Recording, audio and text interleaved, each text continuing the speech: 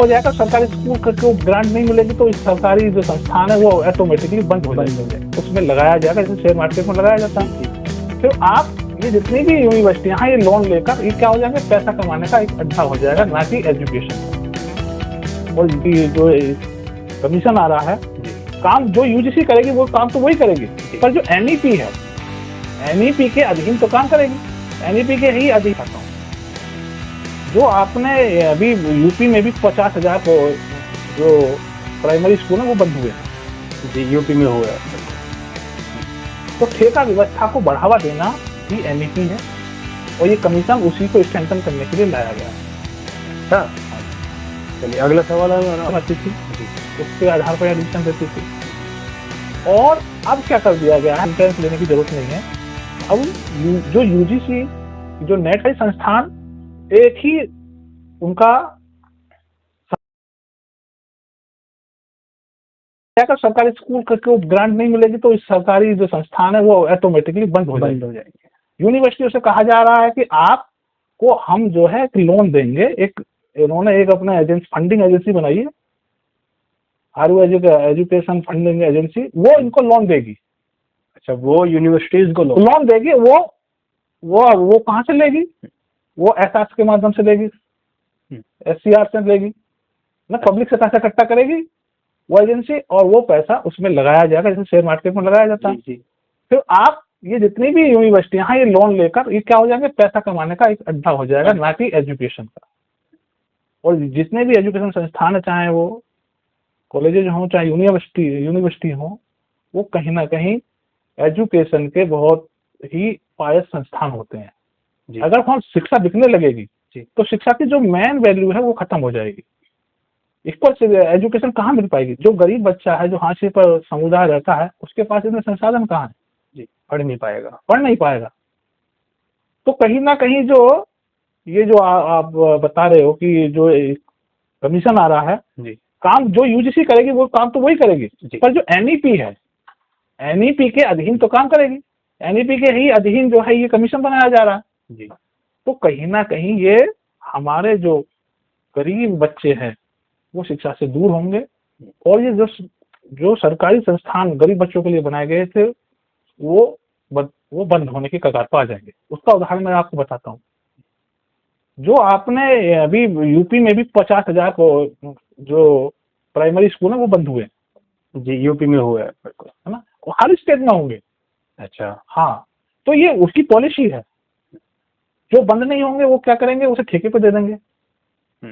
तो ठेका व्यवस्था को बढ़ावा देना ही एनईपी है, और ये कमीशन उसी को स्ट्रेंथन करने के लिए लाया गया है। अच्छा, हाँ जी, चलिए अगला सवाल है आपसे। नीट और पीएचडी के नियमों में हुए बदलाव जी, नेट और पीएचडी के नियमों में हुए बदलाव क्या शोध की गुणवत्ता बढ़ा पाए हैं? नेट पहले जो होता था वो डिस्क्रिप्टिव टाइप होता था जी, उसमें पूरे दिन में 3 पेपर होते थे। अब जो है ऑब्जेक्टिव टाइप उन्होंने कर दिया है जी। नेट की परीक्षा तो कहीं भी जो है प्रश्न चिन्ह नहीं लगा सकते हम जी, क्योंकि अभी भी जो है नेट की बस उसकी जो एजेंसी है उस पर प्रश्न चिन्ह लगता है। जो उसके कराने वाली एजेंसी है जी, वो कहीं ना कहीं आपने देखा होगा कि बहुत कई बार जो है उसके पेपर आउट हो जाते हैं। ये कहीं ना कहीं एजेंसियों की कमी होती है। ये यूजीसी की जो मॉनिटरिंग सेल है उसके लैकुना हो जो होते हैं। अक्सर ज्यादा पीएचडी की बात करते हैं तो पीएचडी का जो कोर्स है वो अब ये पहले हर यूनिवर्सिटी को ये दिया गया था कि वो अपने यहाँ एंट्रेंस कराती थी जी, उसके आधार पर एडमिशन देती थी। और अब क्या कर दिया गया है कि जो पीएचडी क्वालिफाई जो नेट पीएचडी क्वालिफाई है, अब जो है यूनिवर्सिटियों को जो है अलग से अपना एंट्रेंस लेने की जरूरत नहीं है। अब जो यूजीसी जो नेट की परीक्षा लेती है उसी में 3 कैटेगरी में होता है जी।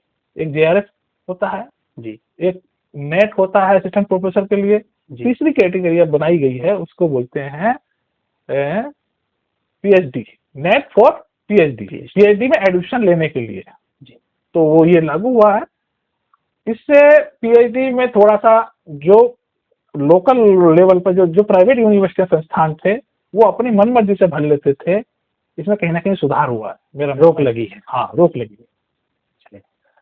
अगला सवाल है आपसे, क्या यूजीसी की नीतियों से छोटे शहरों के छात्रों को समान अवसर मिल पा रहे हैं, या निजी विश्वविद्यालयों की बढ़ती संख्या को आप किस रूप में देखते हैं? छोटे शहरों से जो बच्चे आते हैं जी उनका जो बैकग्राउंड होता है वो बहुत ही गरीब परिवार से होते हैं, जी पहली बात।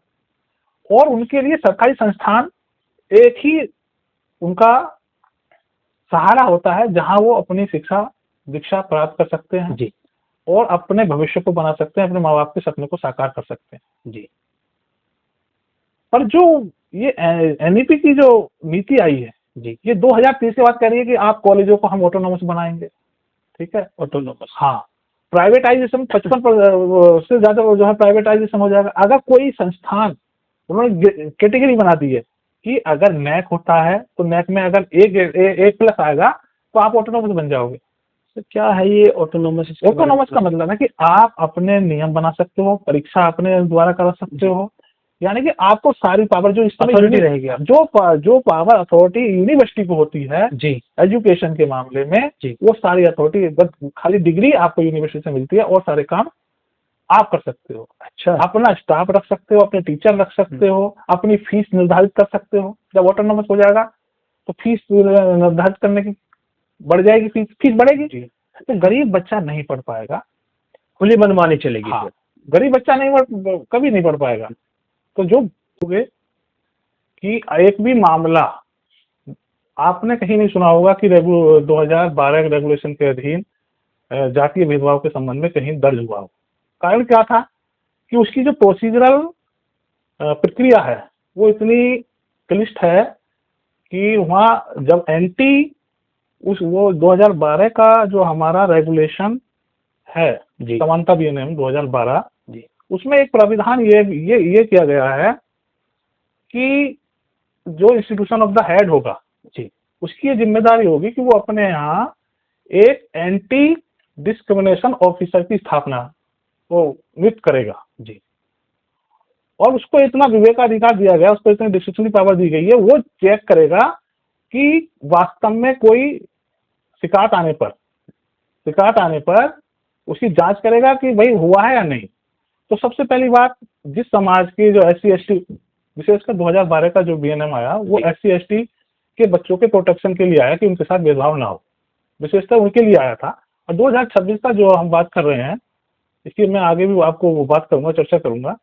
वो ST SC और OBC और EWS और जो विकलांग और महिला उनमें बहुत सारे लोग शामिल हैं, उसकी बात हम आगे करेंगे जी। तो 2012 का जो ये बीएनएम आया इसमें इतने लैकुनास थे, इतनी इस वजह से आप देखोगे कि कोई मामला पंजीकृत नहीं हुआ, क्योंकि जांच जो भी एंटी डिस्क्रिमिनेशन ऑफिसर नियुक्त होगा वो हेड ऑफ द इंस्टीट्यूशन तय करेगा जी। और उसमें ये भी नहीं है कि कब वो उसकी जांच करेगा, कब रिपोर्ट देगा।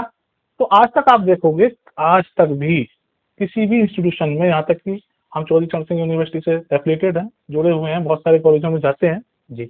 और क्योंकि मैं 3 साल से शिक्षा राजनीति में भी 5 साल से, जब पिछले 5 साल से मैं इसमें एक्टिव हूँ, तो किसी भी कॉलेज में मैंने नहीं देखा कि 2012 बीएनएम के अधीन कोई एंटी डिस्क्रिमिनेशन ऑफिसर की नियुक्ति की गई हो, यहाँ तक कि विश्वविद्यालय में भी। अच्छा, हाँ जी। इतने बड़े लेवल पर चीजें। तो इसीलिए जब आप 2012 का विनियम लागू होने के बाद भी आप देखोगे रोहित वेमुला, पायल तड़वी और जन सैकड़ों ST SC के बच्चे और OBC के भी बच्चे डिस्क्रिमिनेशन के शिकार हुए। उसी शिकार के कारण उनकी जो पायल तड़वी की माताजी और रोहित वेमुला जी की माताजी को कोर्ट की शरण लेनी पड़ी।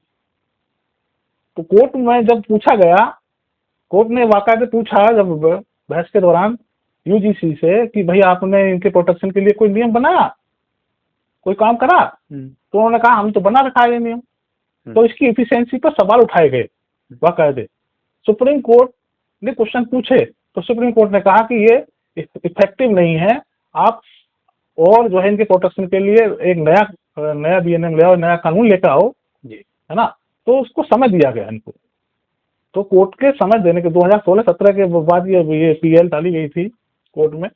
जब समय दिया गया उसके बाद में यूजीसी ने या सरकार ने, सरकार की रिपोर्ट है 2014 से लेकर 2021 के बीच में जी 218 बच्चों ने जो है आत्महत्या की। तो कहीं ना कहीं जब भी कोई बीमारी पैदा होती है तो कुछ लोग कहते हैं कि बीमारी है ही नहीं, तो जी मैं उनसे ये कहना चाहता हूँ कि बीमारी उसको, जिसको बीमारी होती है, जिसको कैंसर होगा, उसको पता चलेगा ना कि कैंसर की पीड़ा क्या होती है। बिल्कुल तो जो कैंसर जिसको है तो वो ही उसकी पीड़ा जान सकता है। बिल्कुल तो बीमारी, जो बीमार है उसको डायग्नोसिस की जरूरत होती है, डायग्नोसिस के लिए उसके इलाज की पहचाननी पड़ेगी कि इसको कौन सी दवाई दी जाए। बिल्कुल सर। तो उसी के अनुक्रम में 2026 का जो सामान था, बीएनएम नियमावली आई, ये एक कॉम्प्रहेंसिव, मैं मानता हूँ इसको एक कॉम्प्रहेंसिव नियमावली है, और इसमें जो कमियां छोड़ी गई थी 2012 के बीएनएमावली में जी वो उनकी पूर्ति करती है। ये किसी ना तो हायर कास्ट के विद्यार्थियों के विरोध में है, ना किसी लोअर कास्ट को जो है वो अति जो है शक्ति प्रदान कर देती है। ये एक जिम्मेदारी हेड ऑफ द इंस्टीट्यूशन पर डालती है। हेड ऑफ द इंस्टीट्यूशन की जिम्मेदारी है कि वो अपने यहाँ एक समानता कमेटी गठित करेगा, ठीक है, और उसका हेड कौन होगा? इंस्टीट्यूशन ऑफ द हेड होगा, जो उसका इंस्टीट्यूशन का हेड होगा वही उसका अध्यक्ष होगा। अच्छा हाँ जी। और इसमें सबसे अच्छी बात यह है कि इसमें टाइम लाइन फिक्स कर दी गई है। अच्छा आपको जैसे ही 2026 की नियमावली ये व्यवस्था, ये प्रावधान करती है कि जैसे ही कोई डिस्क्रिमिनेशन की कंप्लेन आती है, उस कंप्लेन पर